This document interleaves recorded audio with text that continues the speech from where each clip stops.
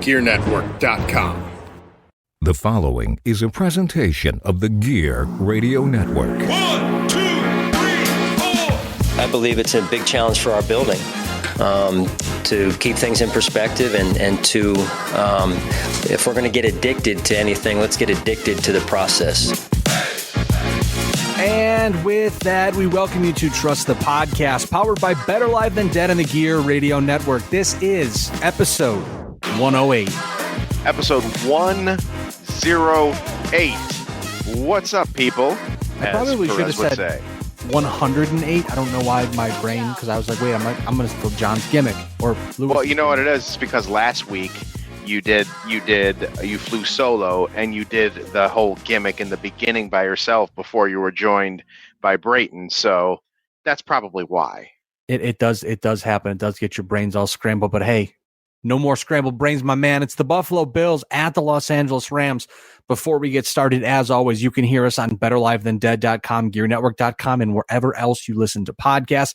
Also, make sure on whatever platform you listen to us, you hit that subscribe button as well to stay up to date, not only on the latest Trust the Podcast, but the latest Better Live Than Dead podcast and any of the Gear Network podcasts so you don't miss out. I am Ryan Wolfe at WolfeBLTD, my co-host. Joining me, John Cimino at I Am JC Money. John, it is a beautiful Tuesday night. We're here to talk about the Buffalo Bills. How you doing? I am doing wonderfully well, all things considering. The main chick, the wifey team, the New York Jets, nothing to write home about there. But the side chick, Buffalo Bills, oh man. to be honest, and I know I'm jumping ahead here with the stats, but to be a team that can turn it over 4 times in a game and still beat the crap out of the defending Super Bowl champions, like, yeah. But I'll tell you what I'm really happy about. You ready for this? I'm ready. Do you know the famous 50-50 raffle that they do at Highmark Stadium all the time? Yes. It's now going to be digital for the first time ever. So that means y'all can participate in the 50-50 raffle that goes on at Highmark Stadium, even if you're not there. I just read that today. It's pretty fantastic that for the longest time, it was like, you go to a game, you got to bring cash. Now everything's digital, except all the old people get really pissed off about it because goddamn kids and their smartphones, Oh, I'm totally buying it in the 50-50. I'll tell you what, the last time I went to Highmark Stadium, which was for the Broncos and Bills preseason game, I went with Brayton Wilson. It was real nice to just walk up and like tap my card and just walk away. Like, here's a beer, bang. Yeah, you know what? I think the pandemic kind of opened that up for a lot of people, or a lot of sports venues, because even going to Amerks games and Red Wings games this past season, you're able to tap or pay by your phone or use cards now. Like, I can go get Roarbox at the Roarbox stand and just use my Apple Pay on my phone to pay it without even having to get cash out. It's fantastic. So there's definitely some good positives that technology wise, I should say.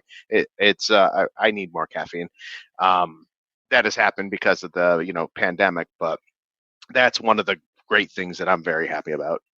Hey, before we jump into the 3 big things, got some news to talk about first. The Buffalo Bills pay one of their own. They open up the season in a magnificent fashion by re-signing to-be unrestricted free agent tight end Dawson Knox to a 51-year or $56.3 million contract with $31 million guaranteed. In case you forgot, Dawson Knox last year set a career high in catches, yards, touchdowns, and first downs. It's really the first of the many housekeeping moves we'll probably get this season, just simply because Knox is being brought in at a team-friendly number. It keeps one of Josh Allen's targets in-house for the next 4 years.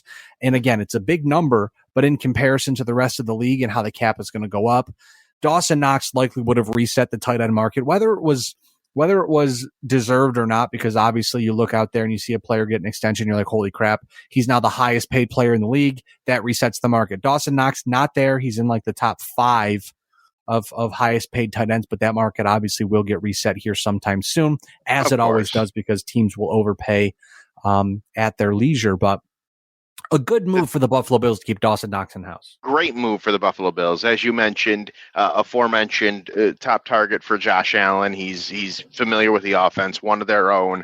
I think it's a great move.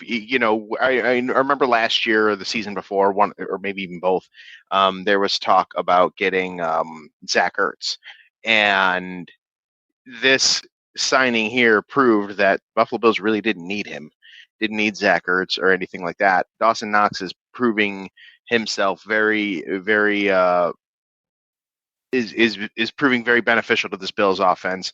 Certainly a favorite of the Mafia and a favorite of Josh Allen. This is a great signing for the Buffalo Bills, and the fact that they didn't necessarily have to break the bank and reset the market for it. It can only mean good signings, good extensions, and good things down the line for this organization. It's still weird. It's still weird to me that they're doing things like this now. It's very odd. I mean, it's hard to adjust to. I should say it's not very odd. It's a smart move, because here's the thing. Before we move on to the Bills' first game of the season, you know what Dawson Knox brings to the table. Instead of going out and saying, well, we need a guy who at cost protection can go out and be that guy that Dawson Knox was. I mean, they definitely put the pins to him last year. It was, essentially put up or shut up, because I guarantee you, if Dawson Knox wasn't as good as he was last year, if he didn't develop as good as he did last year, there would probably be some very stiff competition this year at tight end, because again, it's that put up or shut up year. But coming into this year, they knew, hey, look, you're our guy. We want to keep you here. You've got a good rapport with Josh. And it's good to see them take care of their own players. Now, we'll talk about a couple other players here moving forward later in the podcast. About there are guys who are pending unrestricted free agents that will probably not be brought back, but we'll talk about that later in the podcast. But I did forget to put the score. I was so excited, John, about the Bills game. I forgot to put the score in the pod. So I'm sitting here and you're talking about Dawson Knox, and I'm like, what was the final score? So let's jump into our three big things here. Brought to you by puckluck.com. The final score was 31-10, by the way. Yes, I was going to mention that once we got to the stats. You're beating me to the punch here. Damn it. I'm so happy about the raffle going digital. Dude, you leave me alone. I'm happy about everything with the Bills this week, man, because we'll talk about it in a second. All right. Brought to you by puckluck.com. Hockey is weeks away. Preseason games are, I think, 2 weeks away for the Buffalo Sabres. This part of the podcast brought to you by puckluck.com, your one-stop resource for all of your NHL sports betting action. Puckluck provides win percentages and score projections for each and every National Hockey League game to tilt the ice in your favor. Are you not sure what to bet or just stuck in a betting rut? Puckluck also provides expert picks to get the puck bouncing your way. Please note, puckluck.com is no way affiliated with the National Hockey League. Its teams are the NHLPA. Puckluck.com provides data related to gambling and cannot guarantee the success of any suggested or related wagers. As always, please gamble responsibly. Now, John, running down the offensive stats, Buffalo, a very, very dominant 31-10 victory. Offensively, again, they were fantastic. Granted, there were a few mistakes. We'll talk about those, but starting off running down the offensive stats with quarterback Josh Allen, who else? 26 of 31 for 297 yards, 3 touchdowns, 2 interceptions, which we'll get to those in just a second here, with 10 rushes for 56 yards and a touchdown. Now, with a completion percentage of 83.9%, Josh Allen set a new single-game Bills record. He started the game off completing 10 straight pass attempts. The first interception, again, it goes in the books as a pick against Josh Allen's stats, but it wasn't his fault. Isaiah McKenzie caught the ball, rolled over, essentially handed it to the Rams defender. On the second interception, a little more of Allen's fault. He could have maybe led Jamison Crowder a little more with the pass. He essentially left the ball in a prime spot to be grabbed. The defender stepped right in front of Crowder, but back to good stuff. This victory marks Josh Allen's 40th win as a Buffalo Bills quarterback, pushing his career record to 40-21. Also, Allen recorded a rushing and passing touchdown in the same game for the 21st time in his career, the second most by a National Football League quarterback in his first 5 seasons. Cam Newton, not surprisingly, has the most at 31 of those games. Also, John, at Stats by Stats, Josh Allen, now the first quarterback in National Football League history. We got another one of these. First quarterback in National Football League history to have 250 plus passing yards, 50 plus rushing yards, 3 plus passing touchdowns, a rushing touchdown, an 80% completion percentage or more, and a victory, all in the same game. So at the end of the day, a damn good performance by the MVP favorite, Josh Allen. Absolutely. And, it's crazy to me to see stats like these. Because it's fun to watch in the moment, real time. My concern with how he plays, because he's all or nothing, Josh Allen is. I'm curious to see how in a few years from now, how he's going to have to adjust his game, because this type of playing that he's doing is not sustainable for a long period of time. That said, though, his victory, being the 40th win as a Bills quarterback, I mean, that's a lot. That's a lot of damn victories. To put it in perspective, the Jets haven't had 40 wins in almost 8 years. There are other teams besides the Jets. I'm just picking on them because they're the wifey. There are other teams that haven't won that many. I mean, there's been how many quarterbacks have filtered through different teams that haven't reached 40 wins, that haven't reached 10 wins. It's just fantastic to see how Josh Allen is developing. The 2 interceptions, particularly the one with Crowder, I think I'm going to chalk that one up, honestly, more to the fact that there is less preseason and there were less reps, and he didn't play a whole lot during the preseason. So this is really, a good chunk of actual in-game, like first team on first team action that he's really had for longer than a few series. So longer than like 15 minutes, yeah. Yeah, I think that's probably, it's more that than it would be him being clumsy or making a mistake or anything like that.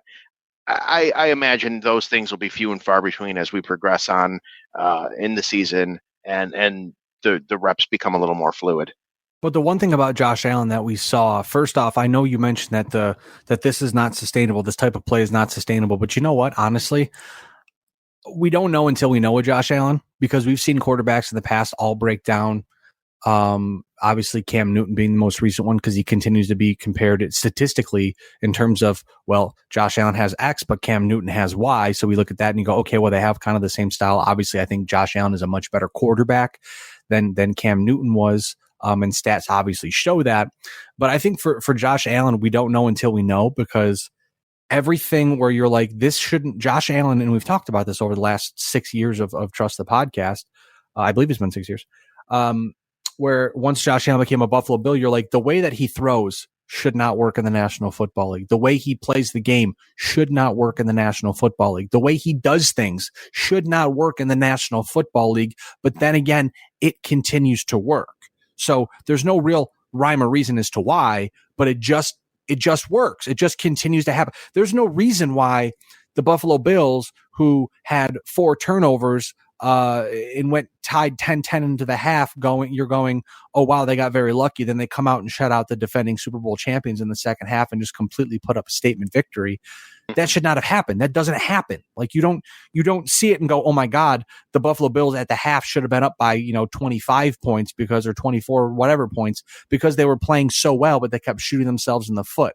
Again, it's just, you continue to look at this team and you go, it's fun to watch, but it doesn't feel like it should be happening this way, because I don't feel like we see this happen in the National Football League. It's kind of like an enigma, but it works. Everything about it just works. And that's why I think why it's so much fun. It's very perplexing, because you're right. You're absolutely right. To your point, it should not be working like this, but it is. And because it is, it's different. Because it's the Buffalo Bills, whom have not, I mean, now at this point, the drought is history. Now there's a winning culture and an expectation there. So this isn't as surprising as it may have been, 2 seasons ago, 3 seasons ago. But in the same, Josh Allen ball is very different football. And so it is very perplexing. And it definitely makes it fun to watch. Looking at the rest of the offense here, running back Devin Singletary. Unless you're a Dolphins fan, then you hate everything.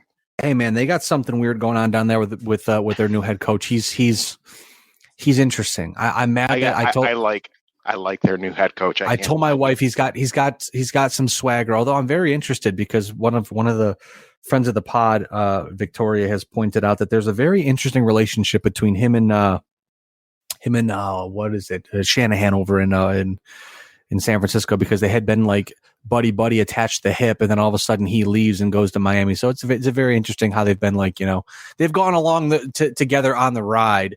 But I think the funniest thing about the weekend, by the way, I just have to point out, going on BLTD here, hilarious that there was potentially a New England fan that had to go watch Mac Jones pissed on his leg essentially, and then go out to their car and it was cooked because somebody put an unattended grill and burned up like 8 cars. I did see that. I believe you shared that in the chat, or shared that with me in Facebook Messenger. But I do remember seeing that and laughed pretty hard at that. That was a very good microcosm of what was to come. Yes. Running back Devin Singletary, only 8 carries on Thursday night, but again, as we've seen, the Bills kind of try to manage his load. I probably could have found a better way to say that. 8 carries for 48 yards. No, I think it's very appropriate. Yeah, it's what it is. 6 yards per carry with 2 catches for 14 yards. Again, not an impressive statistical effort, but Singletary looked fresh and ready when called upon. He was hitting holes with nice burst attached as well. He looked like an RB1 for sure. I mean, I'm going to kind of jump around here quick since we're talking about running backs. Also, the other 2 running backs did not look anything more than fine. Zach Moss, James Cook, both lost fumbles in the game. It did allow Buffalo to kind of show that incredible resiliency and resolve with not letting turnovers derail their game plan. They just went out and said, look, we're just going to keep sticking to what we're doing. If we make mistakes, we make mistakes. We'll rely on our defense. But that is actually one of the major differences that I did notice this game, because if you remember, we would, anytime the Bills would have some sort of struggle or turnover or something like that, you would see Josh Allen kind of wear it on his face, and he would really start to become a little more, I don't want to necessarily say erratic, but or careless, but kind of like a combination of the two there, where he was like overworking, overthinking, overthrowing, doing everything himself and risking injury and things like that. And you could really see he was very flustered with it. And in this game, I mean, two interceptions were his, but then there were 2 fumbles. I mean, 4 total turnovers, and the Bills still, they just came out calm. They just kept doing their thing against an arguable Super Bowl favorite coming out of the NFC, defending Super Bowl champions on a stage as big as Week 1 Thursday Night Football as season opener. That was a major difference that I did notice with this Bills team in comparison to last year. And John, we've talked about it again. You can go back as many podcasts as you want. We've talked about it before. Really, before last season, Josh Allen would get flustered by those loud crowds, those bright lights in the big cities. Thursday night football, Monday night football, Sunday night football, anything like that, where there was a few extra eyes on the game, you could tell Josh Allen was a little shook. And it seems like every time the Bills get in those big scenarios, and if they win or lose, it doesn't matter, he seems to find a way to grow from it, which is amazing. We've talked about it this offseason, where obviously after the Chiefs game, there were stories that came out that players were upset that, Sean McDermott did not handle the loss to the Chiefs very well. But it looks like the Buffalo Bills were able to learn and to grow and to kind of keep that on in the forefront of their mind, where it's not derailing their progress, but they're reminded of, hey, we know what that feels like to get close and lose, or to lose those big games, and we hate it. So it's like it's almost like, again, I don't have no idea, but it looks like they're channeling that, and they're able to move forward and be a better football team because of it. Well, with repetition comes habit. So, in the earlier days with they would get a Sunday night football game here and there, or a Monday night football game here and there. Yeah, they were flustered because the Bills organization and the Bills fans as a whole, the mafia as a whole, weren't really used to having so many national games and things like that. But now they're having 3, 4, 5 national games a year plus playoffs now. Brady at first was kind of when the Patriots were getting into the national eye, but then they were in there for so long that it was just common. It was just another day in the office. And I feel like you're beginning to see that transition with the Buffalo Bills, particularly with Josh Allen, in these bigger game scenarios where it's now not an anomaly. This is the proverbial day in the office now. If you're a member of the Buffalo Bills organization, there's a very good possibility later on in the season you're going to get flexed to more Sunday night games. There's a very good possibility that you're going to be winning the division and having a first round bye in the playoffs, or playing in, on national TV, game of the week every week, or in the playoffs. And I mean, AFC Championship. That's really the goal now at this point, to get back there. There's a lot of eyes and arguably those games are better than the Super Bowl. Typically, the conference championship games.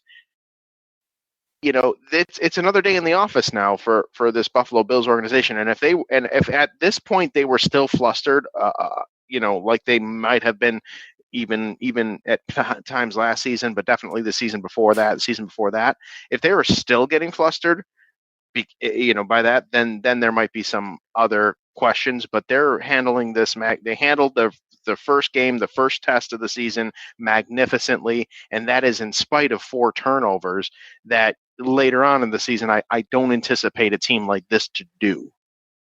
Well, the nice part is as well, is as many fans as there are that many more doubters, but it doesn't seem to bother the Bills, which seems kind of a crazy. It seems like a crazy concept though, because the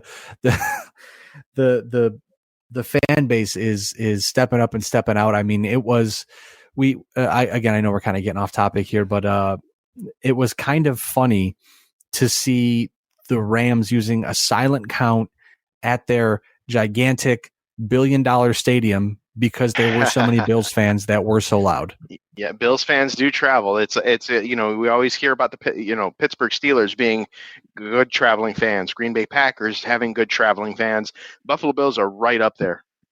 We saw something. I don't remember the exact story. I have to look it up here while we're chatting, but it was something like $24,000 worth of Labatt Blue Light or Labatt was delivered to California prior to the game. That's like they know fantastic. How to party. That is freaking fantastic. Let me look it up really quick. I'll mention here really fast. I'll get your thoughts on the wide receivers and I'll take a look at it. But Stephon Diggs, we know he still remains that guy. 8 receptions and 9 targets for 122 yards and a touch. His 53-yard touchdown was his longest since 2019. It was Minnesota versus Denver on November 17th, 2019. His 25th career game with 100-plus receiving yards and his 10th with the Bills. Also, wide receiver. Just another day in the office for Diggs. Precisely. Wide receiver Gabe Davis, 4 receptions on 5 targets for 88 yards and 1 touchdown.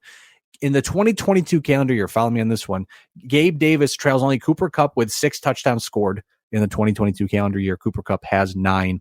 So again, Gabe Davis is becoming that guy. He's standing up and standing out. The more eyes he gets on him, and it looks like the Buffalo Bills really got a good one with Gabriel Davis. Yeah, we saw hints of that last season, Ryan, when we were towards the end of it, when we were even talking about, what they were going to do with Cole Beasley and his contract and all that, and letting him go into free agency. And would Gabe Davis be that guy? We thought he would be. He was showing signs of that. Even during the playoff game, he was pretty damn good in that. Like you said, only trails Cooper Kupp with 6 touchdowns in the 2022 calendar year. Obviously, that a lot of that came from the playoff games. The Bills got a good one with him, and they made the right move, I think, promoting Gabe Davis to the spot that he's in now. So actually, kind of odd that it ends up to be this way. But WBEN's Brayton Wilson, friend of the podcast, did an article about the Buffalo Bills beer trip to or the I don't know what I'm trying to say here. I'm trying to read as I'm talking here.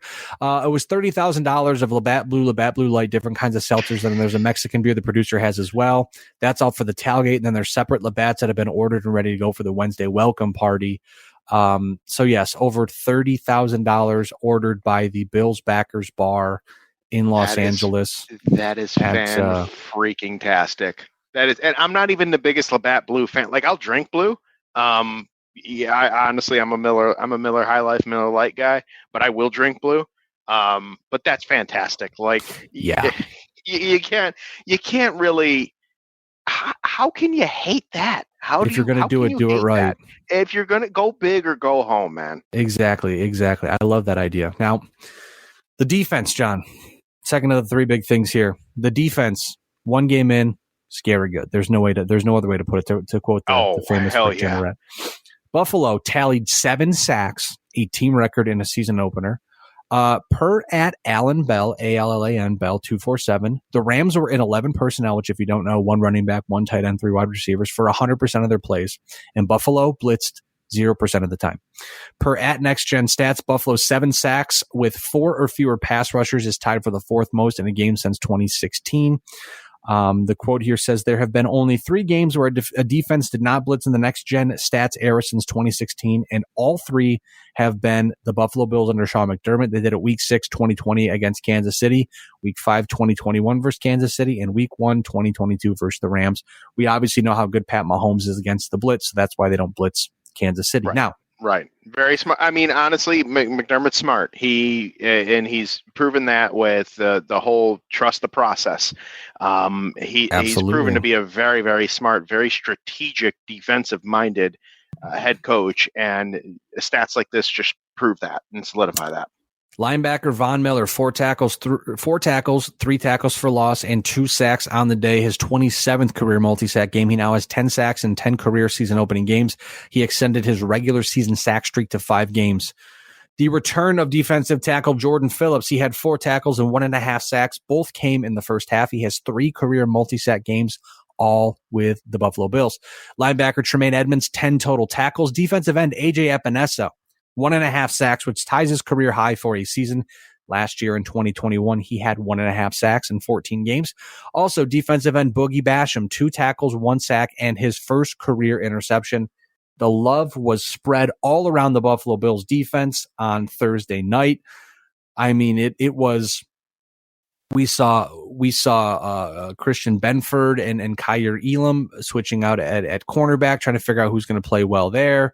The linebackers played great. The defensive tackles played great. The defensive ends played great. I mean, it's not going to be this perfect every single week, but this Buffalo Bills defense looks even better than they did last year when they were statistically the best defense in the league. Absolutely. When you add a person like Von Miller, that experience, that, locker room presence, that on-field presence to an already strong team, that leadership that Von Miller brings, I mean, if there were a number higher than 1, that's what the Bills' defense, I feel, would be this year. Now, and it's going to be the key, too, because eventually as the season wears on, injuries happen. People start to see more and more plays, more and more of the playbook. We have, obviously, again, we have another game this year, a week 18. So you're going to be seeing a lot of the plays and the adjustments as the season goes on. Other defenses are going to start to become a little more privy to the Buffalo Bills offensive strategy. So I don't necessarily expect to see blowouts every single week, although it's possible it could happen. But the key is going to be the consistency of this defense, and they loaded up on defense. They have the pieces that they need. They performed under the big lights again. I mean, this is going to be if the postseason runs through Buffalo, a big component of that is going to be the defense, and a big reason for it is going to be because of this defense and just how well they gelled and how strong they are.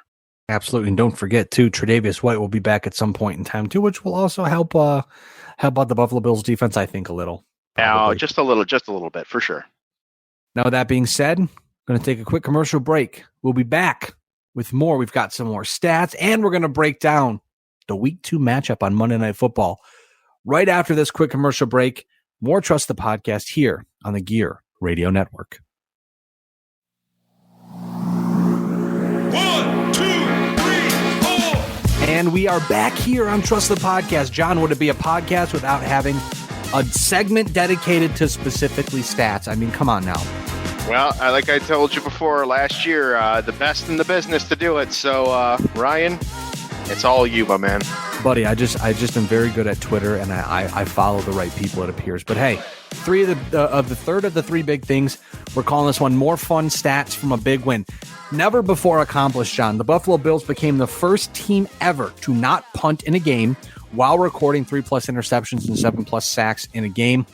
Buffalo has now won its last four games playing in the new stadium. 2017, they did it in Atlanta, 2018 in Minnesota, 2020 in Las Vegas, and 2022 in Los Angeles. It's also the first time Buffalo has scored a touchdown on their first drive of the season since 2011.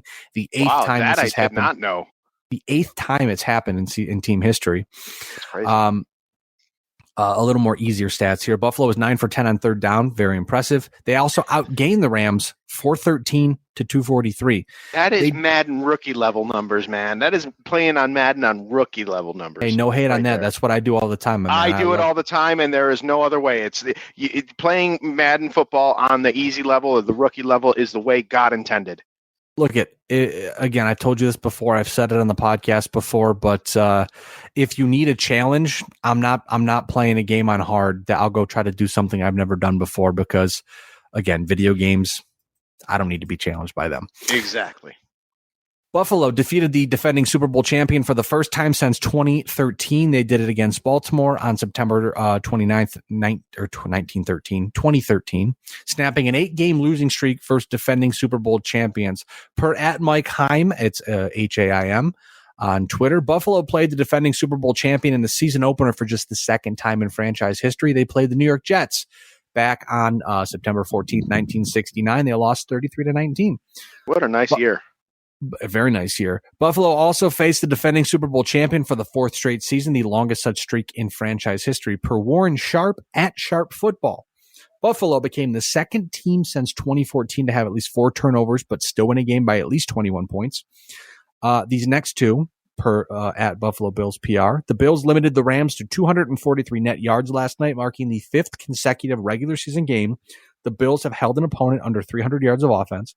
That marks the Bills' longest such streak, since a 5-game stretch spanning from 2004 to 2005. Also, this is a Sam Martin stat here, and a Matt Hack stat here from last year. The Buffalo Bills have not punted in 3 of the team's last 4 regular season games, becoming the first team to accomplish that feat since individual punts began being tracked in 1939. Remember how excited everybody was about Punt God when Punt God was signed and then ultimately released because he's a douche. But no harm, no foul as far as Buffalo business as usual in Orchard Park. They don't punt the ball. They don't need to. They're not worried about it. There's a big reason why when the Buffalo Bills brought Sam Martin in of the Denver Broncos, they had to make sure that the guy could hold the ball because you're going to be doing a lot of holding. You're not going to be doing a lot of kicking. There will come games, I'm sure, where he'll have to punt a few times. Mm-hmm. But honestly, it seems like probably won't come until like November, December once it gets colder and snowy. You know what though? With how good, and this is not something I've thought about until really about 2 seconds ago, with how good the defense is and how just fantastic that offense is, I really have to think if the Buffalo Bills get past the 50-yard line, I don't think they're ever going to punt. Because you're going to put the ball in Josh Allen's hands and you're going to say, go get the first down. And if you don't, you're going to say, okay, defense, we've put our trust in the offense and now we're putting our trust in the defense. We're got a shorter field, go out and do your job. See, well, I'm putting my trust in the podcast. Hey-o! No, but seriously. Yeah. They don't need to. Did you finally get it there? I was putting over our podcast, man. No, but I didn't want to talk over you. They don't need to punt. Josh Allen is the playmaker that he is. I mean, very rarely have they even gotten to 4th down, to punt. I mean, honestly, I'm not concerned about punting or punters or anything when it comes to this team at all. If there's one team that doesn't need to do it, and if there's one team that's playing Madden on rookie level, it's right now it's the Buffalo Bills, and I never punt when I play Madden on rookie level. So, StatMuse points out that again, it's all messed up now because it thinks that the Buffalo Bills have no punts in the season, and that's the NFL record. That is not correct. The least amount of punts in a season. The 1982 San Diego Superchargers, go Chargers, go 23. I missed that theme song. 23. They can't play the Superchargers theme anymore because they're in Los Angeles. Rest in peace, the Superchargers. Yes, 23 punts in a season. Do you want to know what the record is? I'll give you one guess. Who do you think has had the most punts I in would a say season? Cleveland. The 2002 Houston Texans. Oh, 116. okay. That would make sense. That would make sense. That was their expansion year, and David Carr was their quarterback. He was their first overall organizational draft pick, and that team was not very good. Yes, I agree with that one. And that poor man was crunched a lot that season. Yeah. Yep. Our look ahead. First off, some contract news. Again, we talked about it before. We teased it a little, as we call it in the business here. On September 10th, the Buffalo Bills announced they have agreed to a reworked contract with safety Jordan Poyer, who is a pending unrestricted free agent. The reworked contract pushes Poyer's potential incentives from $500,000 to $2 million. Not shockingly, Poyer's agent is Drew Rosenhaus. Poyer has reiterated his desire to stay with the Buffalo Bills. I'm gonna probably say with the contract being reworked to give him some more money in his pocket right now. I don't know that he's going to be back. SpotTrack has Poyer's market value at 2 years, $21,490,136. That's $10.7 million per season, roughly. But Buffalo does have safety Jaquan Johnson waiting in the wings, and it really seems like Jaquan Johnson is someone that they want to continue to push up and put into a bigger role here. But again, as we talked about before in the podcast, at some point in time, the Buffalo Bills will need cheap young players to step up and take on bigger roles due to other players rightfully getting bigger deals. And again, if Buffalo comes out and says, look, we're going to pay a guy like Dawson Knox, but we're not going to pay a guy like Jordan Poyer, those are the tough decisions you have to make. And it looks like they might be making those decisions in real time. They could be, but to be perfectly honest with you, I think that now at this point, this team has quite the nucleus that I feel even if some of these players leave to take on, bigger deals from other teams that'll overpay for them, I think that there's enough of a structure in this organization that young players could step up and the, proverbial spoke on the wheel could just keep it, the old gearbox, if a screw is stripped or something, you take it out, you put another one, the machine keeps moving. I think we're at this point where the Buffalo Bills are a fine-tuned machine, and I don't think that it'll hinder any long-term sustainable progress. Well, in looking at their multi-year summary really quick here, again, it's a situation where they have Micah Hyde under contract for a while. It looks like. Let me look at the. They've got Micah Hyde under contract. 2023, says he's a UFA in 2024. This page is all messed up. I don't understand. I think they did it because they were able to find a way to stretch it out so that way the cap hit is lower. It looks like he's a free agent after 2023, so 2024. But either way, they've got Micah Hyde. He can obviously he's very good. You put Jordan, you take out Jordan Poyer. I think what's going to end up happening is Jordan Poyer is going to command a big enough number that if he wants to stay in Buffalo, he may have to take a little off the top. But I mean, those are that's the price of showbiz, baby. You got to figure it out. You got to figure out who's going to fit that role. The NFL, like I had mentioned to you privately off air, is a business, is a brand. Yep. And that's unfortunately one of the drawbacks of the business of the brand. Like they're and players rightfully so should be, especially if they're capable enough to command a certain amount or set the market or get a little more than they can. They absolutely should have the autonomy to do that. Well, not to mention too, you again, it's a punter. Sam Martin is a good punter, but he's a punter nonetheless. So you gotta take it for what it's worth. But he took less money to come to Buffalo because he said, I want to win. So maybe in the offseason, you get a guy, you get a free agent, strong safety, or maybe even Jordan Poyer, who says, look, I want to stay here or I want to come to Buffalo. I'll take less money because I want to win. Who knows? Right. And it's possible. I mean, you saw that for a good problem to have. eons. You saw that for years in New England. How many veterans went there just simply to play with Tom Brady and Belichick and win? Or we saw this offseason with Julio Jones. Exactly. Julio Jones did that with Tampa. You're absolutely right. So it is possible. It's these aren't the drought era Buffalo Bills where people are just trying to milk every dime they can out of a team and get playing reps in hopes that another team will swipe them up. Like, this is a destination now. This is a team that I hate to use the term on the cusp because I feel like they're already there. They just haven't closed it out yet for one reason or another, overtime or whatever.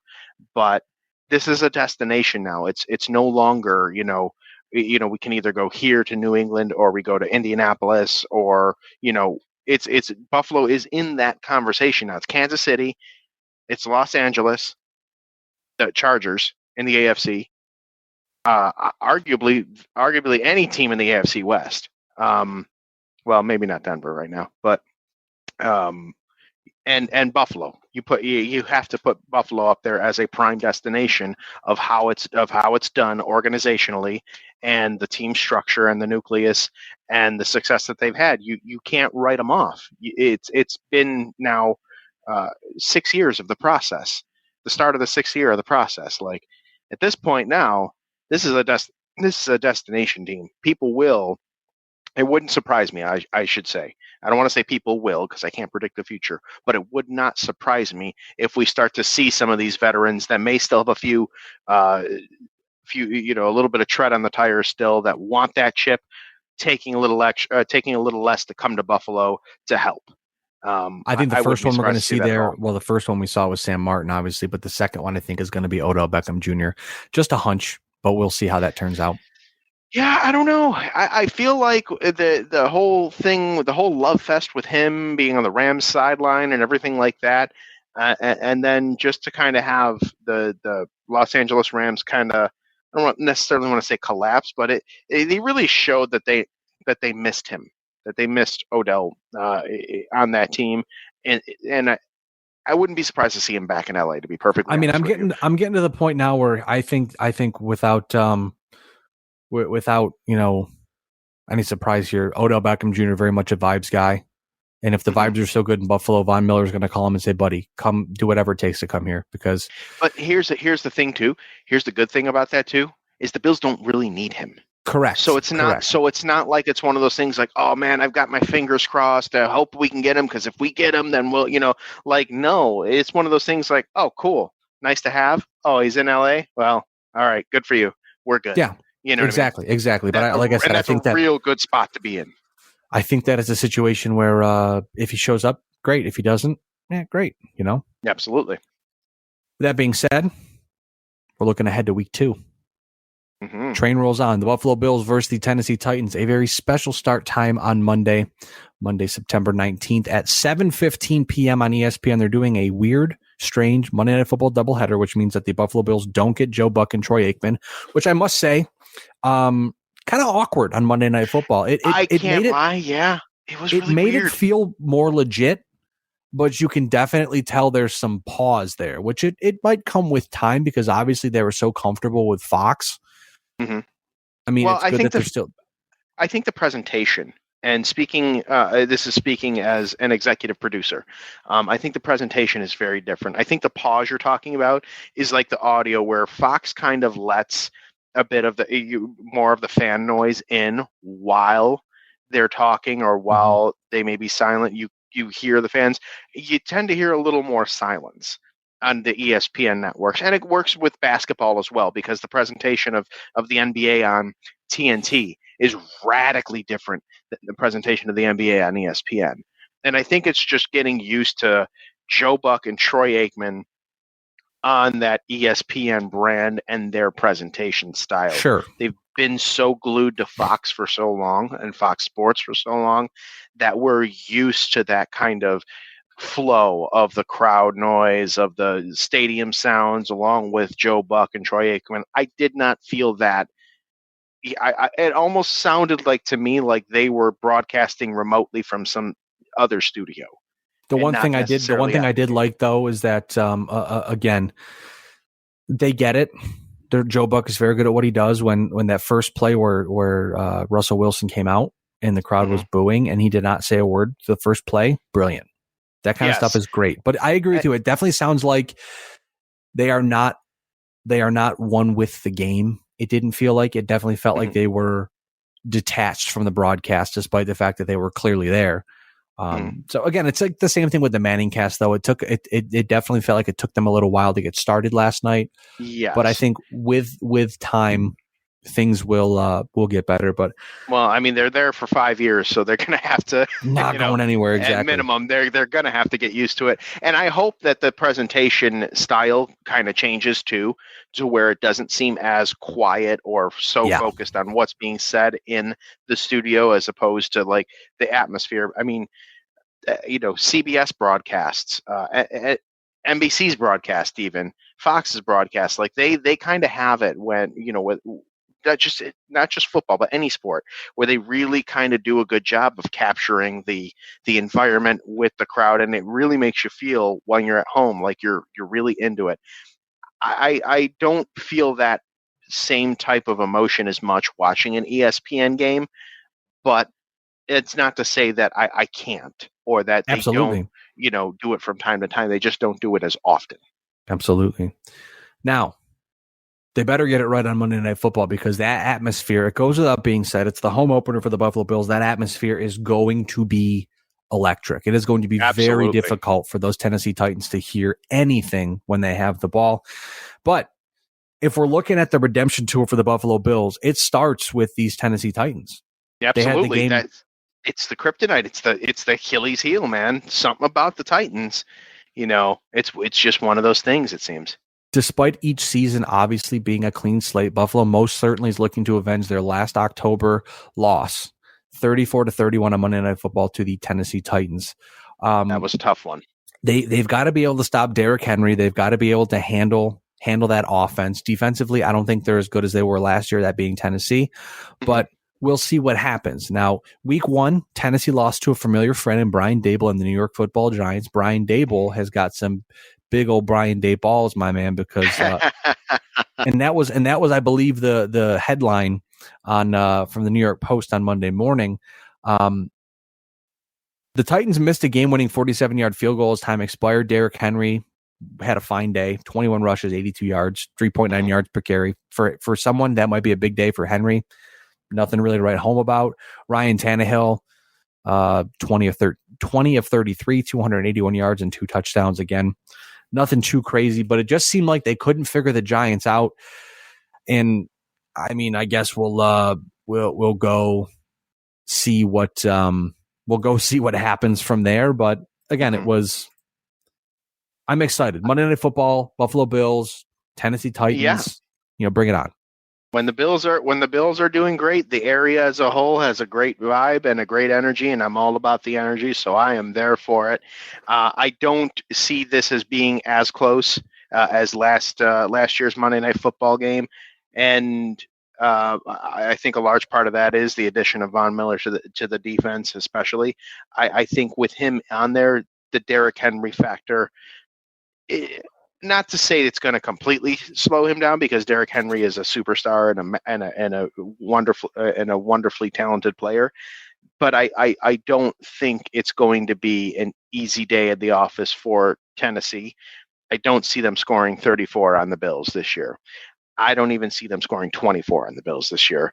I've got Buffalo 34 in the 30s, but I'll say 34, and Tennessee 17.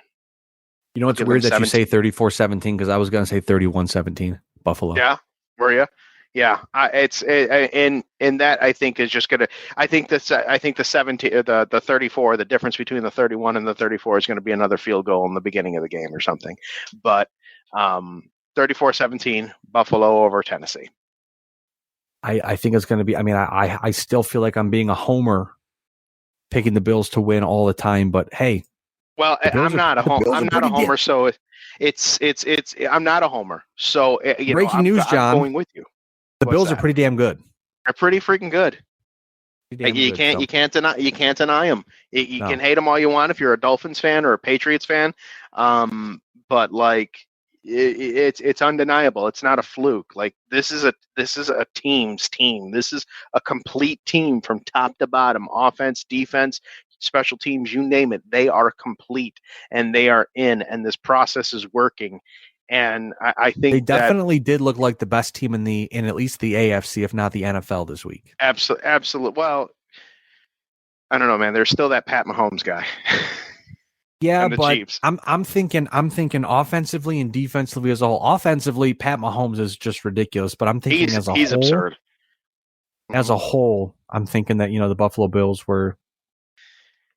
It's going to be a very fun game between Buffalo and KC. I personally cannot wait for that one, but I don't think Tennessee is going to be as big a thorn in the side to the Buffalo Bills as they have been the last couple of years. I would agree with that one, but hey, you know what? Either way, good, bad, or indifferent, we'll be here next week to talk about it. Yes, sir. Absolutely. With that being said, I am Ryan Wolfe at WolfeBLTD. John is at IamJCMoney on Twitter. We are Trust the Podcast. You're not. Appreciate you tuning in. Buffalo had a great week 1, looking to roll into a great week 2. Thanks again for tuning in. And as always, go Bills. The preceding presentation has been brought to you by the Gear Network.